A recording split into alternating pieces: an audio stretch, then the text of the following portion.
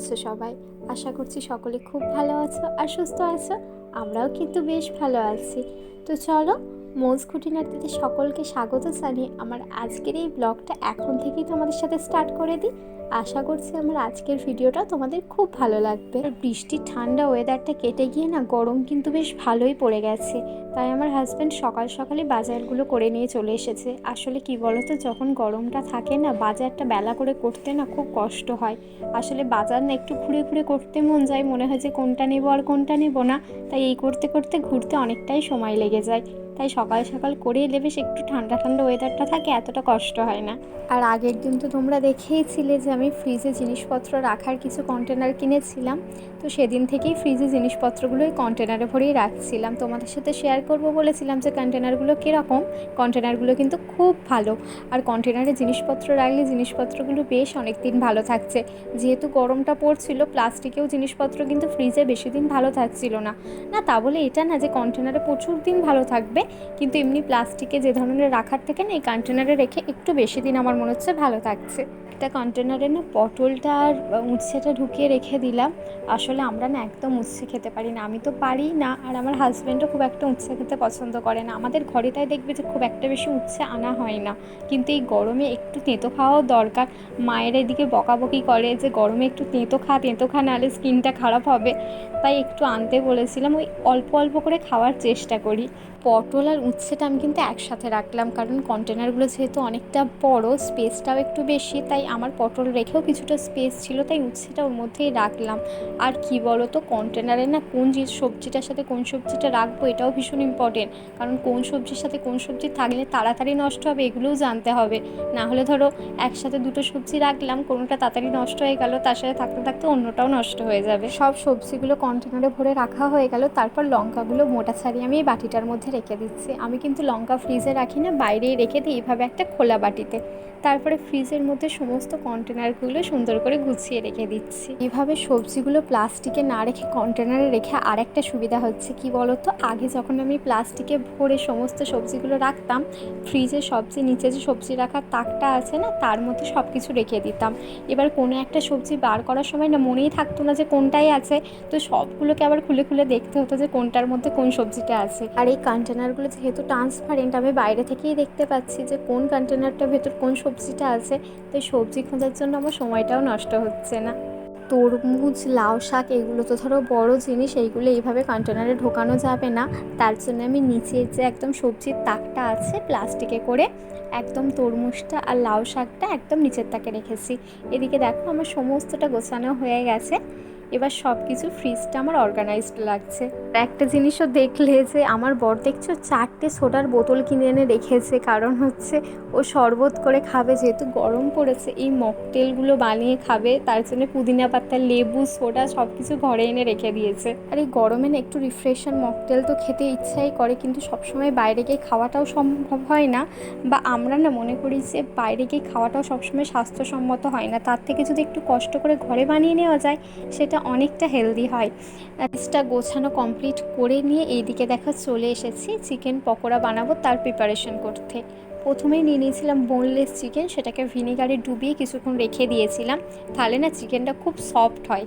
তারপরে এইদিকে বিভিন্ন কিছু মশলা দিয়ে চিকেনটা একটু ম্যারিনেট করে রেখে দেবো। প্রথমেই দিয়েছিলাম আদা রসুনের পেস্ট, আর আদা রসুনের পেস্টটা একটু লাল লাল কেন হয়েছিল বলো তো, তার মধ্যে আমি লঙ্কা বেটে দিয়েছিলাম। একটু যে লাল মানে কাঁচা লঙ্কাগুলো হয় সেইগুলো বেটে দিয়েছিলাম, কারণ আমি তো আগেই বলেছি আমরা কাঁচা লঙ্কা খাই, গুঁড়ো লঙ্কা খাই না, তাই আমার ঘরে গুঁড়ো লঙ্কাও রাখা নেই, তাই কাঁচা লঙ্কাটাই বেটে দিয়েছিলাম। তারপর দিয়ে দিয়েছিলাম পরিমাণ মতো নুন, গোলমরিচের গুঁড়ো আর tomato sauce, red chilli sauce, green chilli sauce, আর অল্প করে সয়া সস দিয়েছিলাম। সয়া সসটা বেশি দিইনি, কারণ সয়া সস বেশি দিলে একটা মানে একটু কালো কালো কালার চলে আসে, যেটা পকোড়ায় দেখতে খুব একটা ভালো লাগে না, তাই সয়া সসটা খুব কম দিয়েছিলাম। এবার সব কিছুর সাথে ম্যারিনেট করে ঢাকা দিয়ে বেশ কিছুক্ষণ রেখে দেবো, তাহলে না মাংসের মধ্যে মশলাগুলো ঢুকে বেশ জুসি ব্যাপার চলে আসবে। চিকেনটা ম্যারিনেট হতে হতে এদিকে কি করছি দেখো, আমি কাঁচের গ্লাসের মধ্যে এদিকে চকলেট সিরাপ এইভাবে ডেকোরেট করে দিয়ে দিচ্ছি, কারণ সন্ধেবেলা একটু কোল্ড কফি করবো। যেহেতু এখন একটু গরম পড়ে গেছে, তাই এই হট কফি খেতে না আর কারোরই ভালো লাগে না। তার জায়গায় যদি একটু কোল্ড কফি হয়, শরীরটা অনেক বেশি রিফ্রেশিং লাগে আর খেতেও ভালো লাগে। আর এই চিকেন পকোড়া বা কোল্ড কফির আয়োজনটা না শুধুমাত্র নিজেদের জন্য করছি না, সন্ধেবেলা না আমাদের কিছু প্রিয় মানুষজন আসবে। খুবই অল্প দিনের পরিচয় কিন্তু তাদের সাথে, কিন্তু খুবই কাছের মানুষ হয়ে গেছে তারা আমাদের কাছে। ওই যে বলে না যে কিছু কিছু মানুষ অল্প দিনের পরিচয়ও খুব কাছের হয়ে যায়, এরা আমাদের কাছে ঠিক তেমনই। রান্নাবান্নার সমস্ত কিছু করে বাকি সব কিছু করতে আজকে কিন্তু অনেকটাই দেরি হয়ে গেছিলো, তাই আর মাঝে ভিডিও করিনি, একদম চলে এসেছি দেখো সন্ধেবেলা। চিকেনটা তো বেলা ম্যারিনেট করে রেখেই দিয়েছিলাম, এখন তার মধ্যে দিয়ে দিলাম কর্নফ্লাওয়ার আর ডিম। আর কর্নফ্লাওয়ার ডিমটা যেহেতু দিয়েছি তার মধ্যে অল্প একটু নুন দিয়ে দিলাম, তারপর সমস্ত কিছু সুন্দর করে মাখিয়ে দিয়ে দেখো চিকেন পকোড়াগুলোকে ভেজে নিচ্ছি। বন্ধুরা, যারা এতক্ষণ আমার ভিডিওটা দেখছো, আমার আজকের ভিডিওটা তোমাদের কেমন লাগছে একটু কমেন্ট বক্সে কমেন্ট করে আমাকে জানিও। আমার ভিডিওটা ভালো লাগলে একটা অবশ্যই লাইক করে যেও। আর আজকে যারা প্রথম আমার চ্যানেলটা দেখছো, আমার চ্যানেলটা এখনও সাবস্ক্রাইব করোনি, তারা আমার চ্যানেলটাকে সাবস্ক্রাইব করে দিও। পর এদিকে গরম গরম চিকেন পকোড়া কিন্তু আমার একদম তৈরি। আর চিকেন পকোড়া যখন করবে না, আমার মতো এরকম ছোটো ছোটো বোনলেস পিস নিও। আমি কিন্তু সবসময় চিকেনের পিসগুলো একটু ছোটোই নিই, কারণ ছোটো ছোটো পিস হলে না চিকেন পকোড়াগুলো খেতে আরও ভালো লাগে। তারপর এদিকে দেখো সন্ধেবেলা সবাই চলে এসেছে।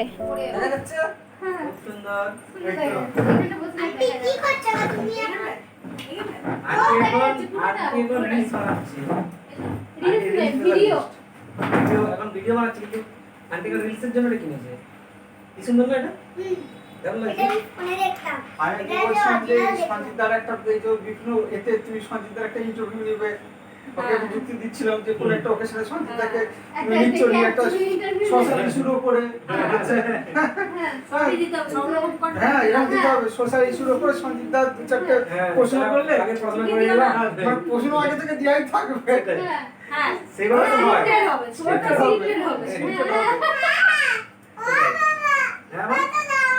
কোনটা আজকে পিগি ব্যাংক খোলা হয়েছে? পিগি ব্যাংকে কত ছিল? 2230 ঠিক করে বলো। 2303 তাহলে 2303 টাকা পাওয়া গেছে। হ্যাঁ এটা খোলা হয়েছে না, আর খোলা যাবে না। উদ্বোধন করলেন মিস্টার সন্দীপ আর খোলা যাবে না, এটা ভর্তি করা সম্পূর্ণ আবার হচ্ছে আমার হিসাব আটটা আছে পরে। হ্যাঁ কোন স্কুটি রেডিতে আমরা আজকে এর মধ্যে টাকা রাখা হয়। এখন একটা পাওয়া যায় না, তো এখানে লাগিয়ে স্টিকার মানে হ্যাবিচুয়াল হ্যাঁ ও তো পরে বলে যায়, ও তো ভয়েস ওভারটা পরে দেয়। এটা হচ্ছে সেই এতে দেখেছিলাম না, একদম বানাই গুড নাইট প্রবাসে ঘর কোন না, হ্যাঁ এরকম দেখে ও পুরো ব্যাকগ্রাউন্ডে বলতে থাকে। এটা খুব ভালো লাগে, ও তো মানে অনেক দিন ধরে ইউটিউব হ্যাঁ খুবই ভালো বলে, কথা শুনলে ওই করে শোনা যায়। হ্যাঁ সেটা এই তো তোমার পরে ভয়েস ওভারটা দেয়, আমি কাজটা করে নাও সেই অনুযায়ী পরে ভয়েসটা বয়স দিলে অনেক ভালো করে বুঝিয়ে বলা আমি যায়। করে নাও দিয়ে ভিডিওটা তখন দিলে না মাথায় আসে না কি বলবো কি দেবো, কিন্তু হ্যাঁ। আগে পুরো ভিডিওটা করে ও বুঝিয়ে একটু ভেবে নিয়ে তখন আমার বলতে হ্যাঁ। আর এমনি নরমাল যে একটা হ্যাঁ অবশ্যই। মনে ভালো একটা মনে সময় কাটানো ও সময় যেটা পেয়ে করতো যাবে। আগে যেটা করছে তার ভালো সময় বুদ্ধি প্রিপার করে করতে হবে। মানে একা একা ও সারাক্ষণ সেটা মনে রাখতে না বন্ধ করে দিয়েছি আমি ভিডিওটা করব। আমি ও দেখেছি আর ও ভিডিও করতে দেখলাম। সন্ধেবেলাটা গল্প করে আড্ডা মেরে খুব মজা করে কাটছিল। তারপরে এদিকে দেখো মিষ্টু যোগা করে দেখাচ্ছে। ওনা যোগা ক্লাসে যায় আর খুব সুন্দর যোগা করে, তাই বিভিন্ন যোগা করে আমাদেরকে দেখাচ্ছিল। তারপর দুজনেই, ওরা হচ্ছে দুই বোন, খুব মিষ্টি, আমাদের খুব আদরের। তারপরে ওরা দুজন না এদিকে দেখো দুজন একসাথে একটা যোগা করে দেখাচ্ছে। দুজনকে একদম বাচ্চা ব্যাং লাগছে, তাই না?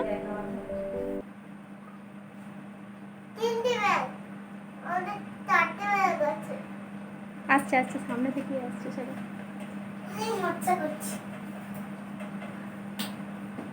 আমি তো পারি না,